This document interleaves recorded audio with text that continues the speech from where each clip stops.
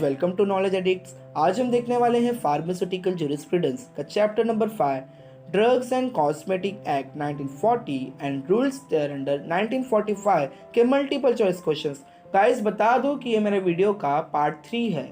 ये चैप्टर बहुत ही वास्ट है, इसलिए मैंने इसको पार्ट्स में डिवाइड किया है कि आने वाले दिनों में जो एग्जाम्स आपके एमसीक्यू बेसिस पे होंगे उसमें आपको बहुत ही ज़्यादा हेल्पफुल हो। तो ज़्यादा समय ना लेते वीडियो को स्टार्ट करते हैं। बट गाइस स्टार्ट करने से पहले अगर आप मेरे चैनल पे नए हैं तो प्लीज़ मेरे चैनल को लाइक कीजिए, सब्सक्राइब कीजिए, बेल आइकन पे क्लिक करके आपके फ्रेंड को सपोर्ट कीजिए। और अगर आपको किसी बात का डाउट है तो आप मुझे इंस्टा पे मैसेज कर सकते हैं। So guys our first question is the administrative bodies includes. अब एडमिनिस्ट्रेटिव बॉडी मतलब क्या होता है? अभी देखो, ये जो सेंट्रल गवर्नमेंट है और स्टेट गवर्नमेंट है, ये बहुत सारे लोगों को, बहुत सारी बॉडीज को अपॉइंट करती है कि वो पूरे फार्मेसी जो सेक्टर है उसको कंट्रोल करे। तो वहाँ पर कौन कौन से बॉडीज होते हैं? वहाँ पर एडवाइजरी होते हैं, एनालिटिकल होते हैं, एग्जीक्यूटिव होते हैं, कि ऑल ऑफ द अबव, बाकी सब भी होते हैं। So guys your correct answer is option D, all of the above. The administrative body include advisory. अब एडवाइजरी कैसा? एडवाइजरी में हमने देखा, अगर आपने मेरा सेकंड पार्ट देखा होगा तो आपको पता होगा कि DTAB drug technical advisory board advice देता है, और ड्रग कंसल्टेटिव कमेटी है वो एडवाइस देता है। एनालिटिकल में एनालाइज करने के लिए आप लेबोरेटरी यूज़ करते हैं, जैसे कि सेंट्रल ड्रग लेबोरेटरीज है। और थर्ड एग्जीक्यूटिव होता है। एग्जीक्यूटिव से मतलब जो भी लाइसेंसिंग अथॉरिटीज़ है वो होते हैं, ड्रग इंस्पेक्टर होते हैं, कस्टम कलेक्टर्स होते हैं। तो मतलब all of the above. Second, drug technical advisory board form under provision of section dash. अभी जो DTAB बना वो कौन से सेक्शन में बना, कौन से सेक्शन में दिया गया है? तो यहाँ पर दिया section 3, section 3A, section 5, section 10। फिर से बता दो, सेक्शंस को बहुत अच्छे से क्लियरली लिख लो, याद कर लो, अपने हिसाब से एक पैटर्न बना लो, क्योंकि एग्जाम में सेक्शंस के हिसाब से क्वेश्चंस आने के चांसेस बहुत ही ज़्यादा है। सो गाइज यहाँ पर your correct answer is option C, section 5। DET Drugs Technical Advisory Board formed under the provision of Section 5. Third, ex officio members of DTAB includes all except, guys बता दो, जो ex officio members है वो पूछे ही जाते हैं, तो आपको ex officio members याद कर लेना है बाकी सभी के भी। तो यहाँ पर DTAB के यहाँ पे 4 में से जो 3 हैं वो DTAB के ex officio member सिवाय एक के, तो वो कौन सा है? यहाँ पर ऑप्शन दिया है मैंने, director general of health service, drug controller of India who is the chairman of board, जो DCI है वो चेयरमैन भी बोला जाता है इस बोर्ड का, the president of pharmacy council of India, the president of medical council of India. And guys your correct answer is option B, drug controller of India who is the chairman of board.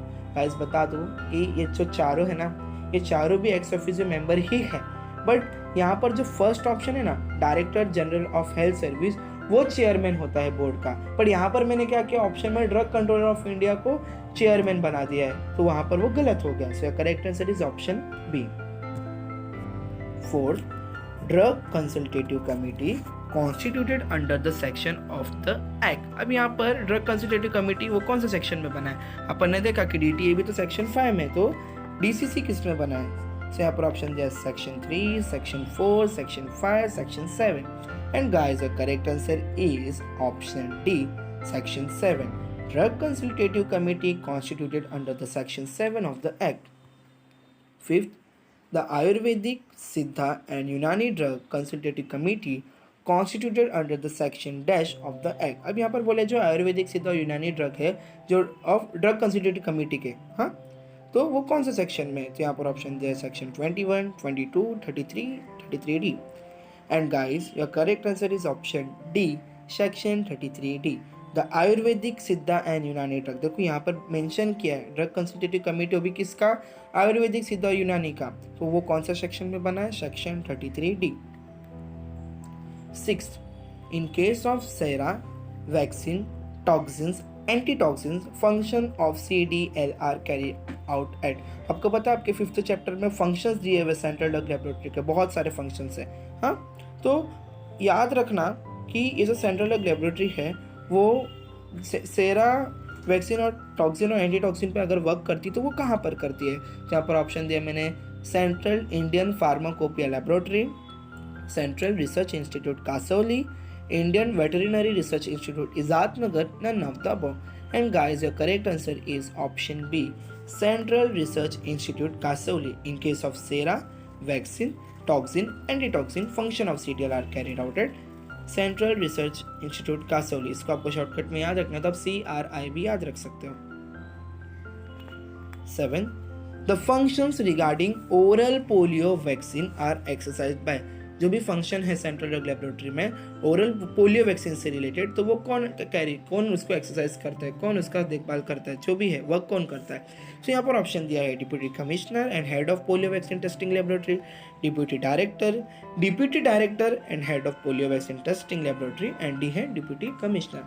And guys, your correct answer is option C, deputy director and head of polio vaccine testing laboratory. याद रखना, oral polio vaccine के लिए 2 लोग काम आते हैं, एक तो है डिप्यूटी डायरेक्टर और दूसरा है head of polio vaccine testing laboratory. 8.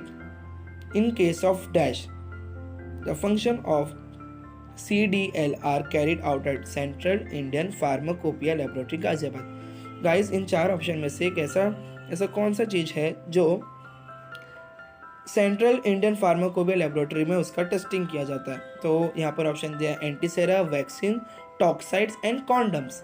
And guys, your correct answer is option D. In case of condom, the function of CDL are carried out at Central Indian Pharmacopoeia Laboratory, Ghaziabad. 9.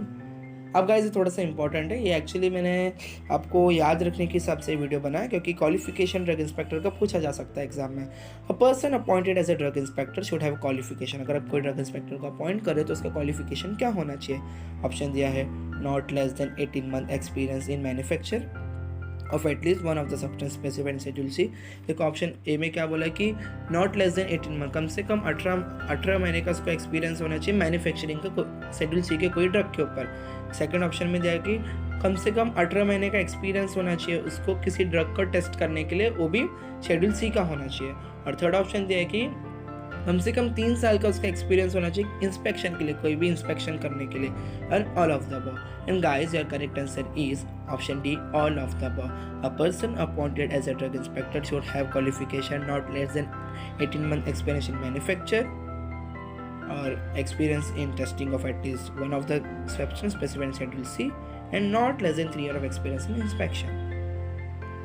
10th, power of drug inspector include. अब power है, drug inspector है भाई, तो उसका power भी अच्छा होगा, वो इंस्पेक्ट करता होगा. तो यहाँ पर ऑप्शन दिया है inspect, take sample of any drug और कॉस्मेटिक फॉर एनालिसिस. यस, वो इंस्पेक्ट भी कर सकता है, वो कोई सैंपल को ले सकता है एनालाइज करने के लिए और एग्जामाइन भी कर सकता है. So guys, your correct answer is option D, all of the above. Power of drug inspector includes all of the above. 11. Coal tar cosmetic shall not contain more than. अभी देखो जो कोलतार कलर है वो कहीं ना कहीं प्रोहिबिट किया जाता है. बहुत सारे जो कलर है कोलतार कलर, वो मतलब हेयर लेसेस, हेयर डाइज वगैरह के लिए हम बनाते हैं, जो कॉस्मेटिक्स बनाते हैं उसमें कोलतार कलर बहुत कम होना चाहिए. तो यहाँ पर कितना होना चाहिए, यहाँ पर ऑप्शन दे कि कम से कम 2 ppm ऑफ आर्सेनिक होना चाहिए, उसको एज ए आर्सेनिक ट्राइऑक्साइड के रूप में. 20 ppm होना चाहिए लीड और 100 ppm होना चाहिए हेवी मेटल. तो ये था. एंड फोर्थ है कि ये तीनों भी जैसा बोला वैसा प्रॉपर होना चाहिए. तो correct answer is option D, all of the above. Coal tar cosmetic shall not contain more than 2 ppm of arsenic, 20 ppm of lead and 100 ppm of heavy metals. 12. Cosmetic containing dash should be prohibited. यहाँ पर 4 में से जो 2 option दिए हैं ए और B, क्या बोला है कि अगर इसमें से अगर ऐसे कोई ड्रग्स है जो कि कॉस्मेटिक्स बनाने के लिए यूज़ कर रहे हैं तो हमें वो यूज़ नहीं करना है क्योंकि वो कोल्टार कलर के हैं. तो यहाँ पर ऑप्शन दिया hexachlorophene, paraphenylene diamine, both A and B and none of the above. And guys, your correct answer is option C, both A and B. Cosmetic containing hexachlorophene, paraphenylene diamine should be prohibited. 13. Natural colors permitted to be used in drugs include all except dash. अब यहाँ पर 4 option में से जो 3 colour है वो natural colours है accept 1. तो यहाँ पर ऑप्शन दिया है एनाटोड, कोचिनिल, caramel, curcumin. And guys, your correct answer is option C, caramel. Yes, except caramel, all are the natural colors. ये जो caramel है ये artificial color है. 14. Coal tar colour permitted to be used in drugs includes all except H. यहाँ पर 4 में से जो 3 ऑप्शन है वो कोल टार कलर के लिए हैं जो कि परमिट है कॉस्मेटिक बनाने के लिए सिवाय एक के। यहाँ पर दिया है tartrazine, amaranth, indigo carmine and riboflavin. And guys your correct answer is option D, riboflavin. Yes, except riboflavin all are the coal tar colour which are permitted to be used in drugs. क्यों? और ये जो riboflavin है वो क्या है? वो एक आर्टिफिशियल कलर है। 15 schedule H drug. Schedule H में कौन से आते हैं? तो यहाँ पर ऑप्शन दिया है बारबिचुरिक एसिड, उसके सॉल्ट्स, हेपारिन, आइबुप्रोफिन या all of the above. And guys your correct answer is option D, all of the above. Yes, schedule H drugs include barbituric acid and its salt, heparin, ibuprofen. Hope so guys सबको ये video पसंद आया है। अगर पसंद आया तो please मेरे चैनल को लाइक कीजिए, सब्सक्राइब कीजिए, बेल आइकन पे क्लिक करके आपके फ्रेंड को सपोर्ट कीजिए। और अगर आपको किसी बात का डाउट है, आपको एमसीक्यूज़ के पीडीएफ चाहिए तो आप मुझे इंस्टा पे मैसेज कर सकते हैं। Thank you.